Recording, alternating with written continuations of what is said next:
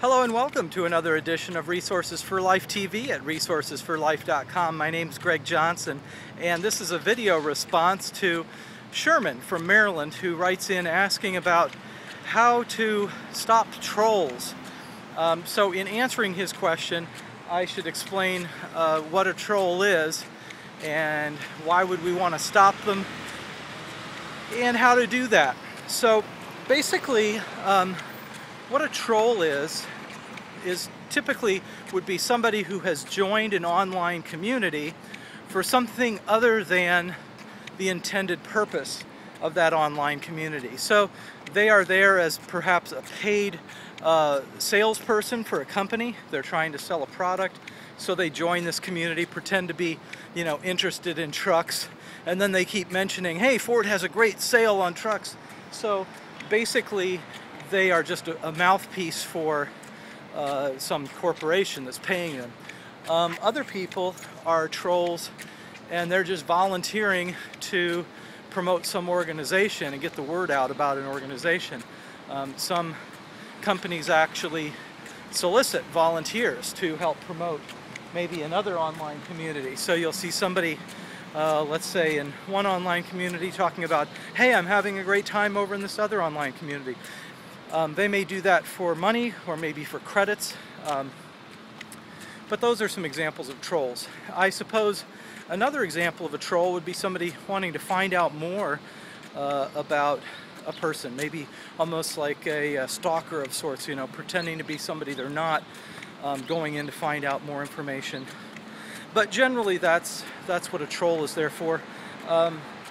Another example that's becoming more common is when you get some people on, there can be positive and negative trolls. So you can have a troll that's out there trying to talk up a product, and let's say there are lots of negative consumer reviews for a product.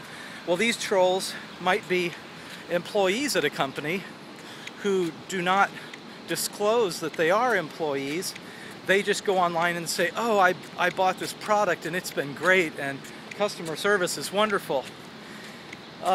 So the consumer is led to believe that this is genuinely a really good product, when in fact, it isn't.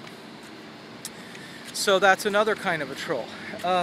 Something else you'll see online that falls into the category of trolls is you'll notice there might be a lot of negative product reviews for a product.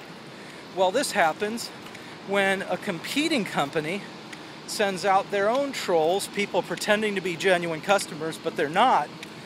And these people say, oh, I bought this product, it's horrible. It could be software, could be hardware, could be whatever. And so they'll say how horrible the product is, and then they'll have a suggestion for you to go buy the competing product. Well, that's because they're promoting another company. So these are just a few examples of trolls, and others are just spammers. So they're trolls who want to just get into an online message board for the purpose of gaining access to the email address list, and that's basically their only purpose. So they may be paid by someone else, they may be the third party who's going to use the list, but basically that's their purpose. So these are the different kinds of trolls that are out there, and some methods to stop them. There's some automated methods. There's something called a CAPTCHA, C-A-P-T-C-H-A, if you want to do a search on that. And the CAPTCHA mechanism, you've probably seen it, is where you go to join a website or online message board, or even a customer, have a membership page at a company or whatever. And when you go to join, you're asked to type in some funny looking characters. Sometimes those characters are so difficult to read that it becomes hard to even sign up. Well, the reason for that is that increasingly computer automation can do character recognition. So basically the optical character recognition allows it to figure out what it says. So they're automated systems that can hack into a computer network or a membership at a bulletin board And so that's what the CAPTCHA is designed to prevent.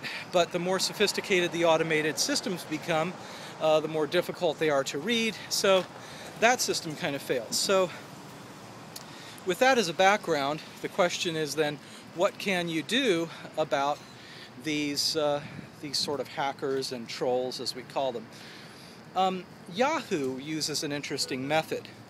What Yahoo Groups does is there are two things. First of all, a new user, there isn't really a CAPTCHA system.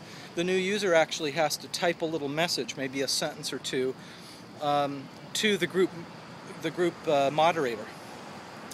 And so the group moderator then can determine, based on what this person's written, if it's legitimate or not. And if it's not legitimate, the person doesn't become a member of the group. So I have a group that has, say, 700-800 members, and each member who's joined has written a sentence or two. And most people who are trolls, either for advertising and spamming or that type of thing, they're just not going to trouble with it. You know, they're not going to bother with that when there are other systems that are easier to break into. The second level of protection against trolls with Yahoo Groups is that new members cannot post to the group anyway. And so even if somebody manages to type in something and they become a member of the group, they're considered a new member, so anything they post is moderated immediately. So they can't gain instant access to everybody's inboxes. And so those are the two primary methods then of keeping trolls out of Yahoo Groups. But you'll see trolls everywhere. These are essentially fake users who are trying to promote some website, some product, something. They're on Facebook. You'll get, a Facebook friendship request from somebody, and you've never heard of the person. Well, that's probably a troll.